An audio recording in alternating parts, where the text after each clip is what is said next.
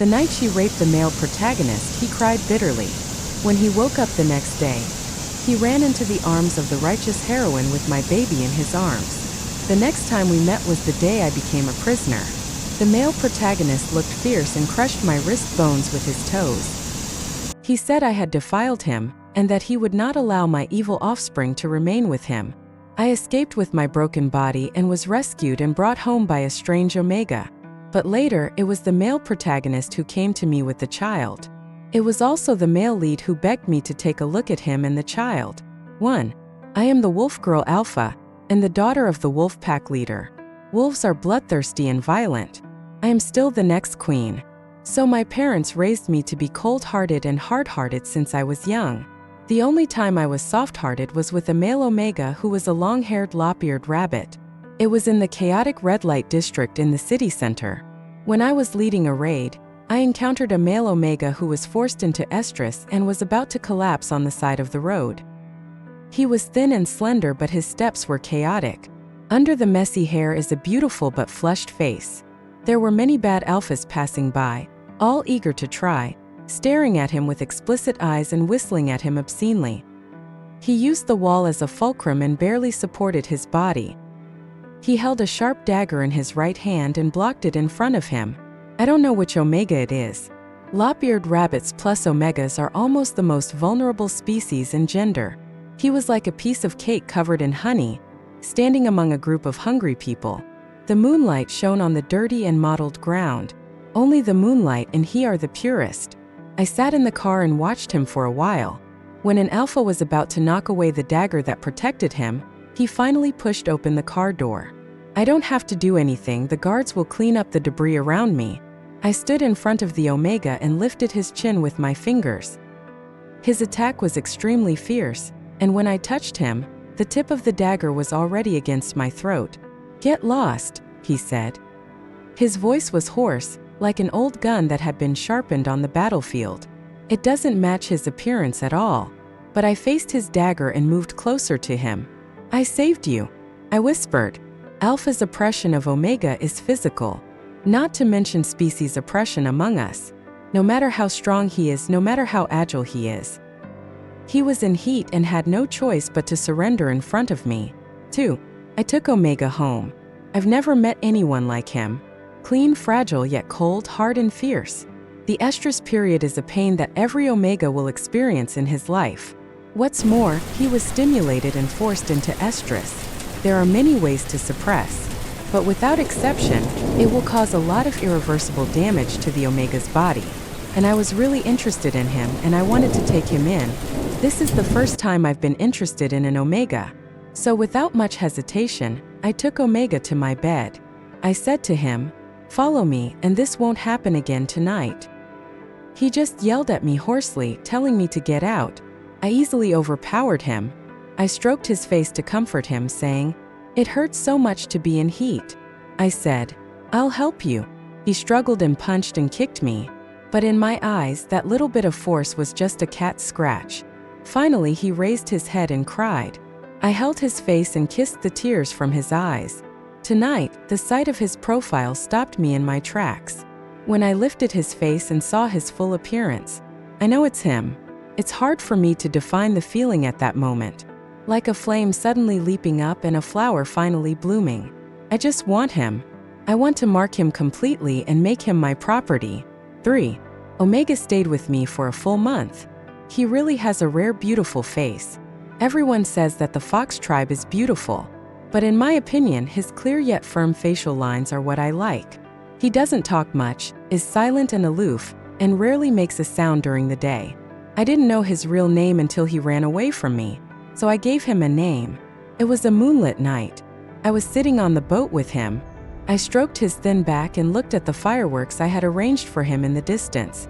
"I'll just call you Gaia," I said. I thought before that if I had a lover, I would call him Gaia. How beautiful.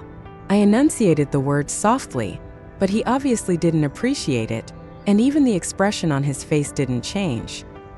He just stared blankly at the flowing water in the distance. He wouldn't even look up at the fireworks I lit for him. I haven't encountered this situation. I don't know how to make him smile at me. During the day he is indifferent. At night, he and I always argued with each other. I don't even know where he hid a sharp blade. The lights cast an ambiguous glow in the corners. He cut my throat with a razor blade. He was below, staring at me coldly. He said, "I have a lover. Is it that leopard woman?" I straightened up and casually wiped the blood from my neck with my fingertips. It's very strange, he obviously can't kill me, and he doesn't even pose any threat to me, but he never seems to get tired of it. His resistance is repeated every day and every night. When I mentioned the word leopard woman, his expression changed noticeably. I turned my head to look at him. I gave a tip to the madam of the Pearl Tower. She said that after you went missing, a leopard girl often came to inquire about your whereabouts. The Pearl Tower is the largest den of money losing in the red light district. There were many people there with different statuses. As soon as I finished speaking, Gaia's originally pale and stiff face showed an obvious change of expression. I carefully observed his expression and slowly said the next sentence. But I heard that the leopard girl didn't appear alone. She was always accompanied by a Siamese cat, Omega. The two of them were up and down, quite intimate. I asked him, "Is that the lover you mentioned?" I know I'm right, because the change on Gaia's face was too brief, like a firework that suddenly fell. At this moment, he was particularly broken, and his lips began to turn pale. I touched the side of his face with great pity. "I won't betray you," I said. "You can throw away your old love." I lowered my head and touched his forehead, which was covered with cold sweat. "Look at me," I said. For, after receiving the news of her lover's betrayal, Gaia's mood became even more negative. But his determination to escape from me remained unabated. There are many scratches and bruises on my body, like the scratches of a kitten. I never had any problem with him. Species dominance is strongly present. The harm he did to me is insignificant. But if I fight back, his life will be in danger. But I know he is not a weak Omega. The muscles in his waist, abdomen and arms, the subconscious defensive movements, and the tip of the knife that attacked me every time when I was unprepared. All of this proves that the job he was engaged in previously must have been a dangerous and life-threatening profession. So I started teaching him how to use a gun. Standing in front of the target, I stood behind him, holding his hands and teaching him how to hold the gun. I said, "A gun is faster than a knife. A gun can kill with one strike." I stroked his wrist and said, "You should practice shooting." He looked straight ahead, his profile cold and resolute. He just said calmly, "Then the first person I want to kill is you." I don't take Bunny's threats as threats. No matter how strong he is just a soft little rabbit in front of me. So I even smiled and said, "Okay, I want to die in your hands." I said, "We'll see." At that time, I just thought it was a flirtation with him. But unexpectedly, it would come true in the years to come. 5. When I was a child and a young adult, I faced mostly brutal training. I am surrounded by all kinds of ferocious alphas, who are cold-blooded and ruthless at the worst. I barely ever hang out with Omegas, especially for a young and soft little rabbit Omega like him. It is said that Omega's weakness is determined by genes and body structure. I experienced this deeply only after Gaia fainted unexpectedly due to pregnancy. I'm not a playboy alpha. After bringing Gaia back, I seriously treated him as my spouse. I gave him gold, silver, and jewelry and built him a luxurious palace. But there was no public wedding between him and me. There are dangers everywhere around me, so it is not convenient for me to expose them openly. He just didn't want to. He wouldn't even say a word to me. How could she be willing to enter into marriage with me? He doesn't like me as a person. He didn't like what I gave him. He was too lazy to respond to all the effort I put into him. The only thing he was interested in was practicing with guns and swords. My little Omega bunny is not as pretty and soft as his appearance suggests. He was more addicted to violence and killing. I don't care, because that's who I am.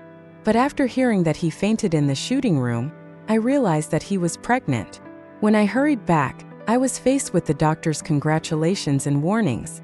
The doctor stood opposite me with a serious expression. He said it is difficult for Omegas to conceive, not to mention a combination as different as our wolf and rabbit. The fetus absorbs nutrients in the body aggressively and endlessly, and the Omega is already weak, so it faints from exhaustion. The doctor said that this pregnancy must be handled with extreme caution and care. After seeing the doctor off, I returned to my room. The Omega still hadn't woken up. He lay quietly on the bed with his eyes closed. His face seemed even paler than the white sheets. His hands were placed outside the quilt and gently held together. The fingers are slender with distinct joints, and the blue veins on the back of the hands have clear lines. I held it with my hand, but it felt cold. 6. It was already dusk when Gaia woke up. I couldn't wait to tell him the news of my pregnancy. It is said that Omegas have soft hearts.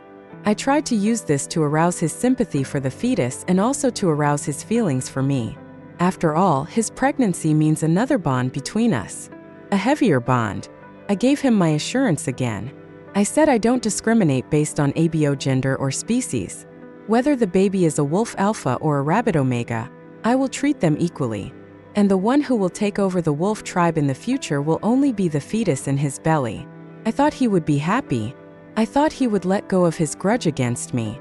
I even thought that he could give me a smile and we could live happily ever after. But what a pity. He just waved his hand and mercilessly knocked over the hot porridge in my hand.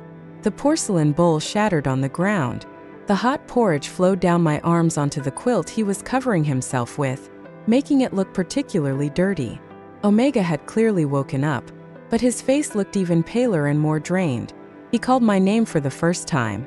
He said, "Nayla, I hate you." His eyes were red again. This was the second time he cried in front of me, except for the night we first met. He seemed to have a lot of grievances and sorrows that he had no place to vent. He cried and told me, "I really hate you so much. If I had the chance," he said, "I would kill you." When he knocked over the porridge, I stood up subconsciously. At this moment, I was standing beside the bed, just lowering my eyes and quietly watching his rare hysteria. There was no trace of joy on his face. It turns out that I was full of joy and anticipation, but for him it was an excruciating pain. It took a long time, so long that he completely calmed down and his sobbing stopped. I finally asked him, "We even have a child, but you still don't want to accept me?" His profile was facing me, with dry tears in the corners of his eyes. There was a dull expression on his face and he ignored me. I asked him calmly, "Are you still thinking about that leopard girl, even though she has betrayed you?" He still turned his face away and showed no reaction. "Elliot." I suddenly spoke up, calling his name. His eyelashes fluttered slightly, as if trembling subconsciously, but he still didn't look at me. I looked at his dark hair and said, "My people followed Leopard Girl for 3 days and figured out your identities." I said, "I have many ways to know what you don't want to tell me. For example, knowing Omega's name, knowing Omega's identity, and even knowing that he and the Leopard Girl were childhood sweethearts. You are a secret agent of the International ABO Alliance. That leopard woman is your boss." The original intention of establishing the International ABO Alliance was to pursue ABO equality. They oppose all private families and powerful groups, as well as all violence and repression. We wolves are at the top of their extermination list. So regardless of emotions, even in terms of identity, Elliot and I are on opposite sides. 7. The lines of Elliot's face became tighter. He is nervous. I used my hands to forcefully turn his face over. We finally faced each other. I stared down at him and said, "Tell me, if I use you as bait, can I lure that leopard girl over here?" I leaned forward to observe his expression carefully. After all, she is a veteran member of the ABO Alliance. Her death will only benefit us. "How dare you?" Elliot's hand squeezed my arm tightly, so hard that his nails turned white due to lack of blood. "What am I afraid of?" I asked him. "Let's do this." I easily pulled his hand away. I took 2 steps back and straightened up. "You are so infatuated, I am curious about how much she cares about you. So I decided to use you as bait. If the leopard girl steps into the wolf's den to save you, I can show mercy and let you go in exchange for one. If she doesn't want to come..." Elliot suddenly interrupted me and said, "No need to test." He looked up at me angrily. "Because no matter what, I will choose to stay alone. I think it's funny." I subconsciously twitched the corners of my lips, but I couldn't smile at all. The day ended with me slamming the door and leaving, saying, "This is not up to you." 8. My parents raised me since I was young. They said that I would be king, and I would have everything I wanted in my hands. Power, wealth, and talented people. These are the capital that supports me to sit on the throne. They said that as long as I was king, no one would dare to disobey or defy me. But they never told me what to do if I meet a lover who doesn't love me. The only thing they didn't teach me was to let go. The guard came to tell me for the third time that Elliot was on a hunger strike. That night, he fainted again due to exhaustion. The doctor rushed over and gave him N4. Of course, the doctor didn't dare to blame me. He just whispered to me in a gentle and persuasive manner that I should keep the Omega in a good mood and relax both physically and mentally. Otherwise, it would be dangerous for him and the fetus. I sat quietly by Elliot's bed all night. I tentatively placed my hand around Elliot's throat. His throat is so fragile, slender, and white. I only need to twist it slightly to make him close his eyes completely and never wake up again. What you can't get, you destroy. If he no longer exists, then it doesn't seem to matter whether I have him or not. My hand has already touched his neck, and the throbbing of the blood vessels underneath can be felt through my palm. So fragile, yet possessing such vigorous vitality. At the end of the night, I just tucked Elliot in and left. 9. I let Elliot go. I removed the guards from his room, turned off the surveillance, and even cleared a way to escape from the wolf tribe. With Elliot's sensitivity, if he wanted to leave, he would definitely not give up this opportunity. When the guard came to tell me that Elliot left quickly in the middle of the night, I sat there and let out a long breath.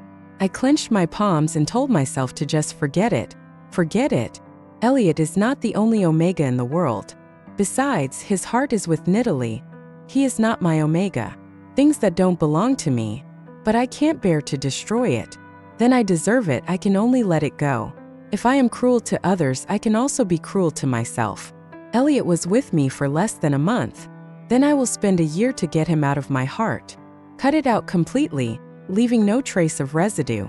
After he left, I asked someone to burn all the things he had used and transferred the guards assigned to him to other places. That year, I never set foot near the Pearl Tower again. I never asked anyone for any news about him, and I tried my best not to think about him. I want to wipe him out completely, like using an eraser to erase wrong strokes. It's not difficult. Maybe I was in a bad mood during the 6 months after Elliot left. The wolf tribe was in a state of panic and the atmosphere was tense. The people below were so careful with their words and actions that they dared not even breathe. But as time goes by, the taut string will eventually break. Sometimes the bad development of things seems inevitable, like the falling of dominoes. The first card fell. There is no turning back after the collapse. 10. A year after Elliot left, my cousin came to me with guns and killed all the guards around me. I was talking to someone when the door was kicked open with great force. My cousin led a group of beast-type alphas and filled my inner hall. Thousands of guns were pointed at me. My cousin stood in the middle of the hall, with a determined smile on her face. She said, "Cousin, you have been sitting in this seat for long enough. It's time to come down and let your younger sister sit." I sat there quietly, just frowning at the group of people behind her. Among that group, there were not only wolf alphas, but also tigers, lions, pythons, and elephants. "Songyi, you broke the rules," I said softly. Not bringing in outsiders has been a rule that the wolf tribe has followed for hundreds of years. Songyi supported my desk with one hand, and the smile on her face became even wider. "Sister, you are about to die, and you are still following those old-fashioned red tape." Then, she lifted my chin with the butt of the gun. "You should go downstairs and discuss it with your parents." She gestured and asked her men in the hall to open fire. But after half a second, there was still no sound. She looked back in surprise, and all my men had subdued the alpha she brought with her. She murmured in disbelief, "How could it be? So you can only be a younger sister." I said, "You are just like your father, you are always greedy." But the short-sighted Songyi actually had a backup plan. When someone rushed in again, I knew that this chaotic fight was inevitable. This is the nature of wolves. The strong prey on the weak and the winner takes all. It is common for new powers to challenge old kings and seize territory and land. I remained sitting there, watching the chaos in front of me calmly. This year I have dealt with several resistance forces, big and small, and I am still in the stage of recuperating. Songye's sudden attack caught me off guard. This will inevitably lead to a lose-lose situation. After this riot, I may need more time to let the tribe recuperate and recover. The battle was halfway through with countless casualties. I have already moved my wrist joints and am ready to go down and clean up the mess. But my natural vigilance and sensitivity allow me to detect unknown dangers. The bullet cut through the air with a sharp sound. I subconsciously turned my head to avoid the bullet, which hit my right shoulder. The heavy blow seemed to shatter the joints on his shoulder. If I hadn't dodged, my skull would have been shattered. The battle is halfway through, and it is no longer me who has to clean up the mess. But there is another group of people standing at the end observing the situation. The guard stepped forward to protect me the moment I was shot. There were neat but heavy footsteps in the hall. Unexpectedly, the armed forces of the ABO Alliance arrived behind the scenes.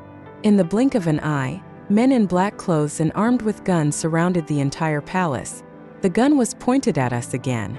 But this time we have no backup plan. There were crowds of people. But I still saw the person at the very end who followed the leopard woman in. Elliot, 11. Elliot also wore their uniform black. The clothes are combat uniforms specially made by the ABO Alliance, which look neat and upright when worn. It was a dark and cloudy day outside the window. Elliot has dark eyebrows, dark eyes and a fair complexion. It seems even more cold and cool. I lowered my eyes and avoided his gaze. The first time I saw Elliot, I understood everything. Song Yi, who had always been a waste, suddenly rebelled, and the group of beastly alphas who followed her and obeyed her orders, the ABO Alliance saw the opportunity and appeared. They were too smooth and too coincidental. I have always been cautious. The only person I was not on guard against was Elliot, who I had identified as my future spouse. But Elliot is indeed an excellent agent of the ABO Alliance. He once said that he hated me and that he wanted revenge on me. He did it. Maybe it was because of the serious injury and blood loss. I just felt like there was a thick membrane separating me from the outside world. The hall was quiet. I heard the sound of heavy leather boots stepping lightly on the ground, approaching me step by step. The voice finally settled in front of me. Shadows covered, and Elliot crouched in front of me. The guards protecting me were also seriously injured. Elliot just kicked him lightly like kicking trash and kicked him into the corner. We finally faced each other again.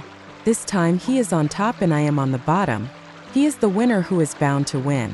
I am a prisoner who is barely surviving. Or maybe my action of lowering my eyes and avoiding his gaze made him unhappy. The heavy sole of a boot suddenly stepped heavily on my injured arm. I had already lost feeling in my badly injured arm, but the severe pain from my crushed wrist bone still made me struggle. Hello again. Elliot whispered my name. Nayla. The pain is so numb. My face must look bad right now. Cold sweat blurred my vision. I heard Elliot's voice. He asked me, "Does it hurt?" I didn't say a word. The corners of his mouth curled up into a faint smile, but there was no warmth in it. He said, "It's okay to hurt. Nayla, you have to remember this." Elliot put more force on his toes and whispered in my ear, "This is how you treated me before." 12. I was taken back and imprisoned in the ABO Alliance's underground prison. I was a felon number 1 on their list. So on the first day I went in, all kinds of punishments were put on me. Even though I am a strong wolf girl alpha, it is no match for their specially made torture instruments for wild beasts and alphas. A day and a night passed, and I felt as if I had been roasted by fire and soaked in ice. I can neither live nor die. But I never said a word. It was in extreme pain, but I didn't say a word or beg for mercy. This is my punishment for myself. The punishment I put on Elliot was a soft-hearted punishment that shouldn't have happened. If I show weakness in my heart, it will bring ruin to myself and the entire wolf clan. It was my fault. I am too confident and too conceited. I have never tasted failure in the first half of my life. But this time I got the full taste of Elliot. I consider him my future lover. But from beginning to end, he only regarded me as a dangerous enemy. The third day of lingering in prison, Elliot appeared before me again. I was imprisoned in a water dungeon with heavy iron chains on my wrists and ankles. But even without the chains, I couldn't get up. All my limbs were broken by them. The strength and force that I once took pride in showing in front of Elliot were all gone. I can't even stand up now. Elliot was wearing a spotless white shirt, not stained by the dirty prison at all. He waved his hand to ask the people following him to stop, opened the cell door himself and walked to my side. I sat against the wall, showing no reaction to his coming, but his white-gloved fingers lifted my chin. He forced me to raise my head, just as I had done to him before. "Nayla, did you ever think this day would come?" I just looked at him indifferently. He laughed again. When the cell fell into his hands, he smiled much more. That had never been revealed to me before. He stood before me. I sat on the ground, my face facing his flat belly. Or noticed my gaze. He raised his hand and gently placed it on his waist. "Are you thinking about that bastard?" he asked me. "Teen." I still said nothing, just looked up at him calmly. He suddenly became irritable. He pressed me hard against the wall with his hands. "I was asking you a question. I didn't let them remove your tongue." He exudes the oppression of a superior. "Speak." His fingers pinched my chin hard, forcing my mouth to open. Blood welled up in my mouth and overflowed as I opened my lips. Blood fell onto Elliot's white gloves, especially glaring. He lowered his eyelashes and looked at the clear bloodstain, but suddenly smiled. It seemed like a pleasure, like revenge. He took 2 steps back, hooked his toes on a bench and sat down. "I beat that bastard the day after I escaped." Elliot crossed his legs slightly. He was dressed in white and had fair skin, which seemed to glow in the dark cage. I also had the gland demarking surgery. Elliot lifted my chin with the tip of his shoe. He looked at me and said word by word, "Nayla, I will clean away the dirt you left on me bit by bit." I looked up from my messy hair. I finally said the first word since our reunion. I nodded and said, "That's what we should do." My words were clearly in line with his wishes, but I don't know what anger I ignited in him. He kicked over the torture device next to him. Ding ding dong dong fell all over the ground. At the very end, Nayla stood before me and announced the date of my death. "Since I can't get anything useful out of you, there's no point in keeping you around. You've been so arrogant and domineering for so many years, it's time for you to die." Elliot patted my face with his removed gloves and said, "Next Tuesday, you will be shot." After saying this, he stood in front of me, but didn't move or make any other movements. He seemed to be waiting for my response. But I never looked up or spoke. In the end, maybe he himself found it boring. He left first. 14. I thought that would be the last time I saw Elliot. But every day after that until the day I die, Elliot would appear in front of me at some point in the middle of the night. He might just stare at me hatefully, or lose your temper in front of me and use the most vicious words to provoke me, or use my subordinates to threaten me or the fleeing wolves. He said that I couldn't produce any useful information, but the subordinates who were arrested were not as tough as me. He said the Alliance would wipe out the wolf tribe. He said I had nothing left. No power, no home, no love, and even no life. After saying these hurtful words, Elliot always stood quietly in front of me waiting. He seemed to be waiting for my rebuttal. But he was right. I have no room for rebuttal, so I just kept my head down. Either listen to him or endure his bad temper, or just look at him in silence. The night before Tuesday, I was loaded into a metal truck for transportation. The car was going to take me to the execution site outside the city. It was pitch black inside the car, and you couldn't see your hand in front of you. I had difficulty moving and just leaned against the wall of the car, closed my eyes and waited for death. But maybe there are too many people who hate me.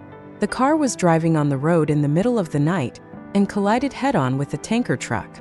The 2 cars collided and the sparks instantly ignited the 2 cars. There was a roar of fire and smoke covered everything. I was already physically weak from the torture, not to mention escaping. I completely fainted and lost consciousness when the smoke surrounded me. 15. I had a very long dream. The me in the dream is not myself, but I am in a third person's perspective.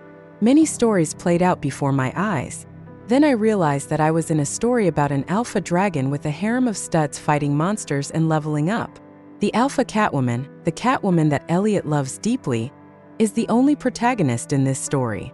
She worked hard, adhering to the slogan of ABO equal rights, received favor from Omegas or guidance from masters along the way. He established the ABO Alliance, designed to defeat large and small beast systems or scattered tribes, and finally became the first alpha in the Alliance with more than 10 Omegas. And Elliot is just one of her huge harem. It's just that Elliot and she have a childhood sweetheart friendship, so she treats him more favorably. And I and my tribe are just a copy of the leopard girl on her way to upgrading, or a level. I and millions of other communities are set up as villains. The side that leopard woman is on is the only decent one. The good guys went through untold hardships to get rid of all the villains, gradually grew stronger, and finally had a happy ending. This is the fixed and unchangeable thread of the story. We are just the cornerstones on her road to upgrading. No wonder my downfall was so swift and irreversible, leaving no room for struggle. Because it is God's will. Because the halo of the protagonist always hangs over Leopard Woman's head. This cannot be changed. That's why Elliot hates me like that. Not to mention our position. Just because he is Leopard Woman's man and the son of righteousness, it is impossible for him to sympathize with me, a vicious villain.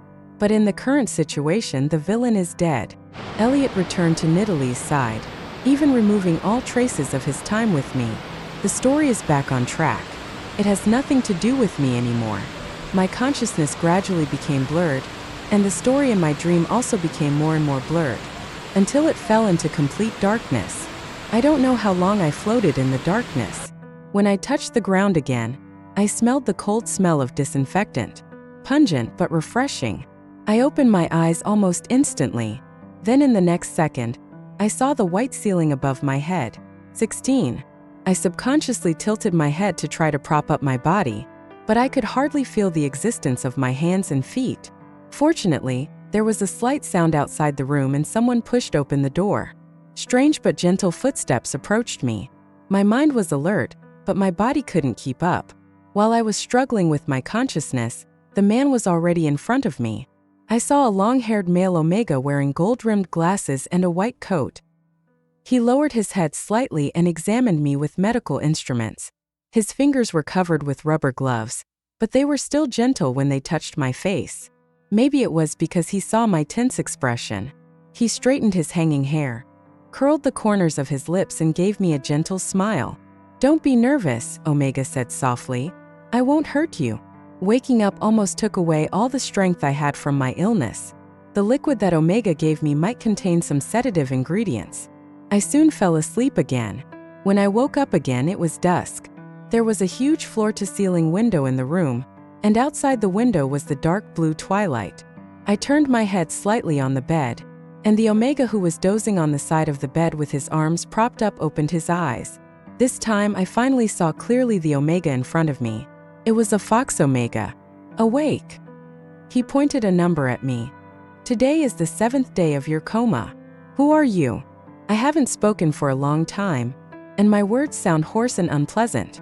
But luckily Omega understood. "My name is Chu Jun, and I'm a doctor." He stood beside my bed, looking down at me.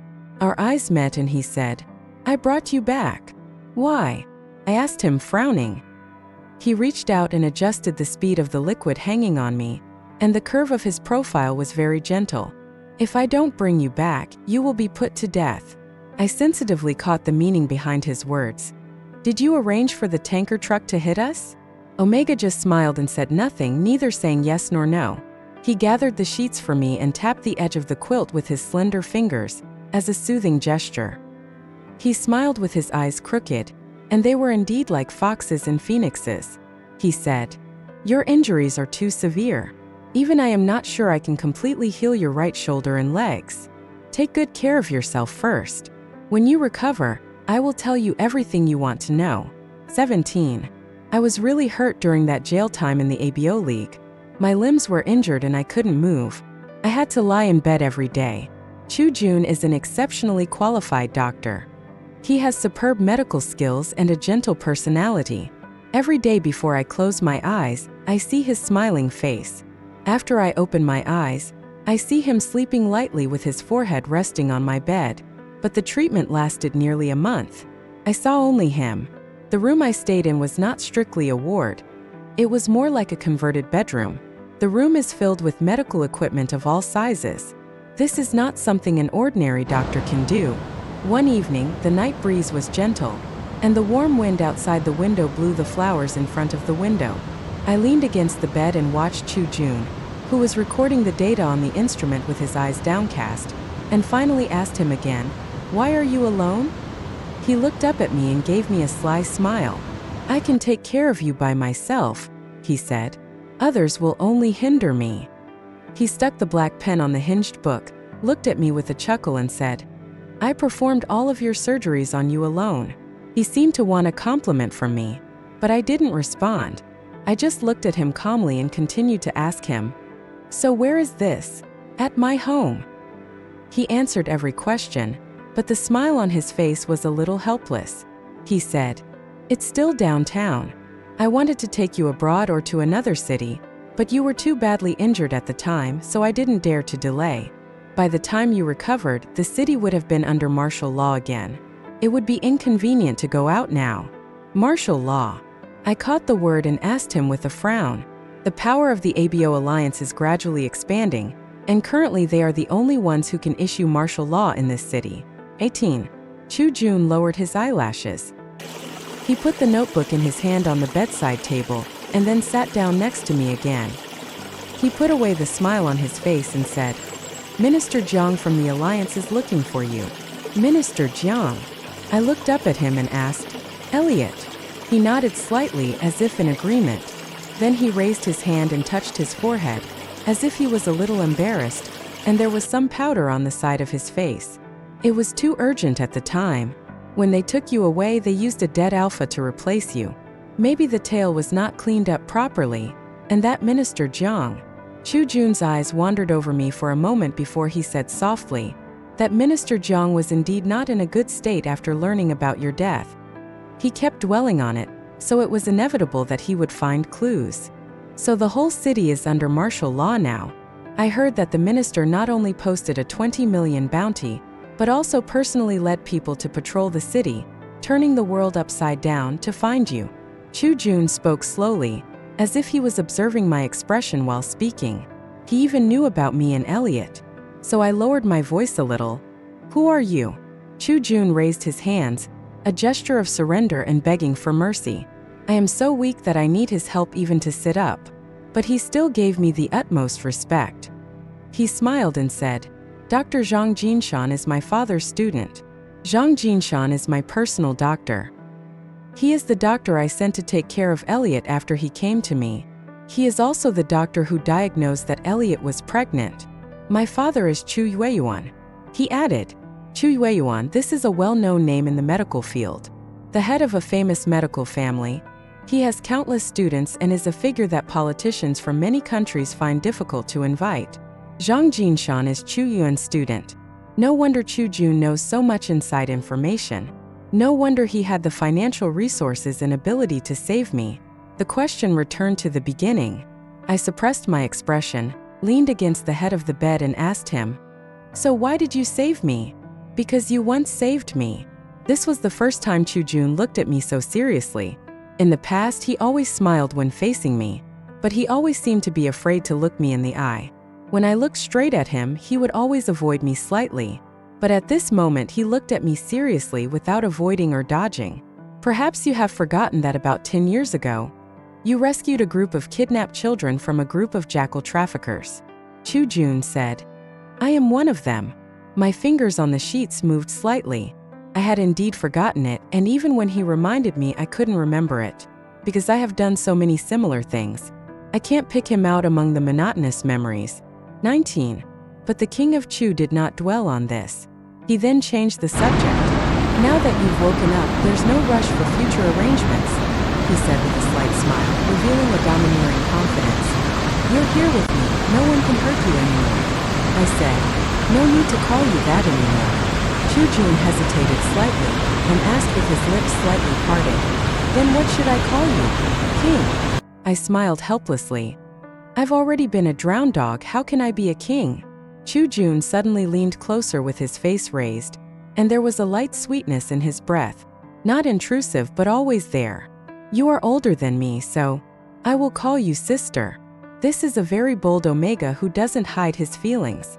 If I hadn't met Elliot, maybe I would have given him a try. But what happened with Elliot really hurt me deeply. The person I loved with all my heart gave me the most brutal blow. I love him that way. He hated me so much. My parents never taught me this lesson. So maybe I really don't know how to love. I thought so and said so. I said, I don't know how to love. Chu Jun's fingers gently rested on the side of my face. He was already very close to me. The sweet pheromones unique to Omega hit you in the face. But he stopped there and did not go any further. In my field of vision, I saw his slightly curved fox eyes. He said, It's okay, I will. He leaned in close to my ear and said, Let me teach you. 20. In the second month of recuperating with Chu Jun, I was finally able to walk with the help of crutches. The reconstruction process was particularly painful. It's like breaking all the bones in your body and then putting them back together. Self-esteem was shattered, and so was my pride. Many times I wanted to give up. But Chu Jun has always been by my side. He seemed to have infinite patience with me. When I tilted my head, I could see his serious and gentle profile. I can smell his scent with every breath I take. One time I was so tired that I sat on the ground. In my weakness, I asked the person squatting beside me, Why do you like me? No one has ever said a good thing about me. His fingers rest lightly on my knees, always soft and gentle. He looked up at me and said, 10 years ago, my sister saved me and kicked away those dagger-wielding jackal traffickers.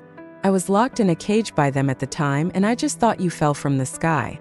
You were so handsome and powerful. You are the most powerful alpha I have ever seen. Chu Jun's fingers gently stroked my knees. Then sister carried me out. You smelled of blood, but I felt especially safe. There was a hint of arrogance on his face. I only believe what I see with my own eyes. Why should I listen to what others say or how they evaluate you? I sat on the floor and looked at him for a long time. Then I gave him my arm. Help me up, I said. Go on. 21. Another 2 months passed before I was finally able to walk normally. After I was able to walk normally, Chu Jun started taking me out for walks in the evening. He said I had been locked up in the room for almost 3 months and must be suffocating. But it was also when we went out for a walk that we were captured by the people Elliot sent to various places. Chu Jun reads the news to me every day, whether good or bad. So even though I was confined to my illness, I was aware of all the current situations. First, my death. Of course, Leopard Woman was happy that her biggest worry had been solved. The day after the explosion, she set a date to marry Elliot. But Elliot started to behave abnormally. At first I was dazed and always distracted. Then he ran away from his marriage with the Leopard Woman.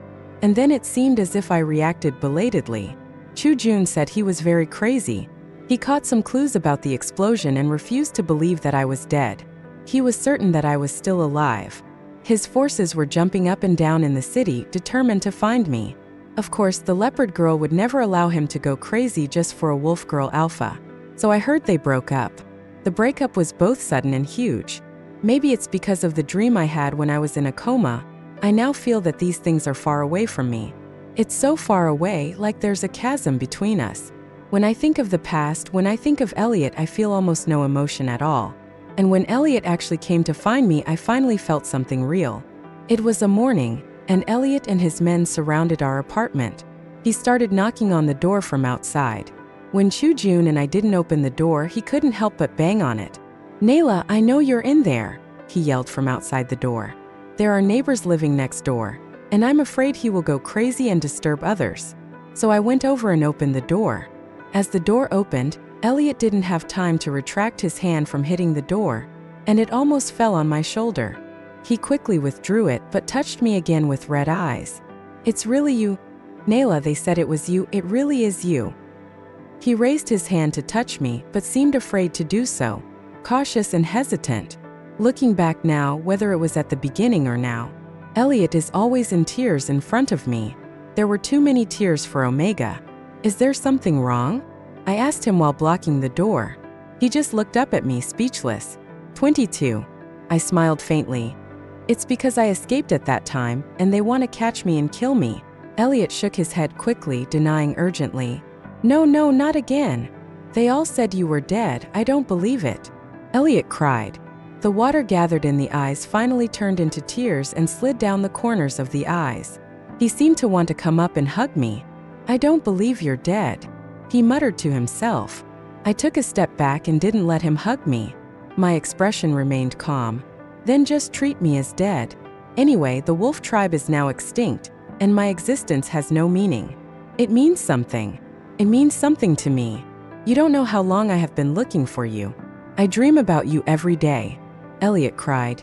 "Nayla, I missed you," he said. "After you disappeared, I realized the hole in my heart. I couldn't lose you." I stood there quietly, looking at his tearful eyes. I didn't understand before. I was slow. After I left you that year, I gritted my teeth and made plans. Actually, I just wanted to see you again. But I was too stupid. I didn't understand my own feelings. It wasn't until I really lost you that I became anxious all day long. Then I realized why I wanted to appear in front of you so much, and why I hoped that your eyes would stay on me. He said, "There is a child, Nayla, there is a child between us. I didn't abort him. He's an alpha.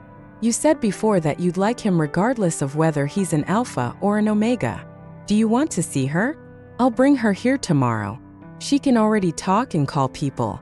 He tentatively took my hand that was hanging by my side and wanted to touch his face with my hand. It was at this moment that I smelled a familiar sweet scent. Someone came from behind and put his chin on my shoulder. "Sister, who is he?" Chu-Jun asked with narrowed eyes. I didn't have to look back at him to know he was acting just by the tone of his voice. I pulled my hand away from Elliot's grasp. Elliot was also attracted by Chu-Jun at this moment. "Sister?" he asked through gritted teeth. His eyes were filled with bloodthirsty hatred and cruelty. "How dare you call her sister?" He seemed to be about to attack the Omega behind me, but I raised my hand to stop him. Elliot seemed in disbelief, and he looked at me with fear in his eyes. "Are you protecting him?" he asked me. I let go and pushed him away. "Don't be so embarrassing, Elliot." I stood at the door, separating him from Chu-Jun. "Since you always feel that I was the one who hurt you in the first place, then the extermination of the Wolf Clan and what you did to me in the ABO Alliance can be considered as a way to vent your anger. We're tied, Elliot. I don't allow it." Elliot suddenly yelled at me. His emotions were like a powder keg ready to explode. No wonder Chu-Jun said he was crazy. "Have you forgotten me? How can you argue with me? How can you argue with me? I am Gaia. You said you wanted to marry me. You said I was your spouse. You said I was your Gaia. How can we even that?" Elliot muttered. He started to hold my shoulders again. "I don't want to fight back. We will never fight back. You haven't seen our child yet, right? Tomorrow, no, now I'll have someone bring her here. Look at her." Elliot had cried too much. How could he have so many tears? He sobbed and said, "Look at her, touch her wolf ears." "Nayla," he said, "you can't be fair with me. You can't be fair with me." 23. Elliot was still blocking the door. I wouldn't let him in. He also wouldn't let us close the door. He actually asked someone to go back and hold the child. Or maybe he was in a hurry and it only took half an hour. His people brought the child over. The child, who was not even 1 year old, was curled up in his cradle, his black eyes rolling around. Elliot hurriedly took the child from his men and handed him to me. "Hug her, Nayla, hug her." Elliot looked at me in confusion. "Didn't you say you like children of both ABO genders? You said, Nayla, she's an alpha, a female wolf alpha like you. Look, her eyes look so much like yours." I just lowered my eyes and glanced at the child's ignorant pupils. Then he took a step back, avoiding Elliot's move. Elliot paused as he was about to hand the child to me, and froze in his place. "Why?" he asked me. "I gave birth to her without telling Leopard Girl, anyone around me, or even you, but now you don't even want to look at her." I exhaled softly. "You said you aborted her." "Elliot, this is an unexpected child. This is your child. She no longer belongs to me." The nervous persistence on Elliot's face disappeared. With tears in his eyes, he stared at me blankly. "I don't understand what you're saying," Elliot said. "Look at her eyes, they are the same light blue as yours. She is your blood. Don't you believe it? We can go get a test. I've only had sex with you, and I will only give birth to your child." Omega didn't even care about his own dignity and said this in front of everyone. I'm a little tired of dealing with his stubbornness. I want to cut the Gordian knot. So I said the last words to him coldly. "Elliot, I don't love you anymore. I want to be done with you and everything that has to do with you, I said. Just like when you went in for the surgery to remove the marker. Alpha doesn't have such a surgery, otherwise I would have done it too. After I finished speaking, I winked at Chu-jun. As soon as I stepped back, Chu-jun seized the opportunity to close the door. 24. Elliot might have listened to me. This time when the door was closed, it was quiet outside. There was no sound. But the next morning, Chu-jun took me out for morning exercise. But after opening the door, he saw Elliot standing outside again. His face was pale, as if he had not slept all night, and he stood by the door. There were tired red bloodshot in his eyes. He asked me, "You lived with him for 3 months?" Elliot frowned and asked me, "Sleep together and wake up together every day?" I was a little annoyed dealing with him. "Just say, this has nothing to do with you." Elliot suddenly gave a self-deprecating smile. But soon the smile turned into a plea. "Nayla, please love me again." He wanted to hold my hand and said, "This time I won't reject you again. I will listen to you and do whatever you say." At the end, Elliot shed tears again. "I finally found you, please love me," he said. "Whatever you want, I will give it to you. I will help you revive the wolf tribe. I will help you regain the throne. You can be king again. Okay?" He was almost begging me. 25. After that, Elliot's pestering seemed to never stop. I almost forgot the amazement I felt when I first saw him, and only his entanglement now remains. There is really no other way. He is indeed smart and has the ability to compete with the leopard girl. There are currently 2 forces in the city, his and the leopard girl. So after discussing with Chu-jun, we decided to leave. Anyway, my body is almost recovering now. The lover whom I once looked forward to has now become a partner of resentment. The way of heaven in my dreams also made me lose all interest in power. No matter how powerful we are just a foil to the existence of the leopard woman. Such a powerful villain was also subdued by leopard woman. This is a really boring thing. It was a foggy early morning on the day we left, and Chu-jun and I boarded his private helicopter. The helicopter roared across the sky. I looked back at my homeland. Chu-jun sat next to me and held my hand. I couldn't hear his voice clearly over the roar. All I could see was a patient and gentle smile on his face, as always. He took me into his arms. I sniffed the warm scent of my omega and fell into a long sleep. And as for later, we moved away from the center of power. Later, Chu-jun and I opened a private hospital and kindergarten on our estate abroad. Later, I heard that Elliot had been fighting against the leopard woman's forces for more than 10 years. Elliot is crazy and no one dares to mess with him. Maybe it's because Elliot is already one of the protagonists. So the heavenly Tao doesn't know whose side to stand on. So his fight with the leopard woman is endless. So this storyline stagnated and was almost abandoned. All I heard was that Elliot spent half his life looking for someone. I heard that he was cruel and cold-blooded, and was only a little bit caring towards his only daughter. It was also heard that he always stared at his daughter's face. It's like recalling an old friend. But those are stories that are too far away from me. It's a story that has nothing to do with me anymore.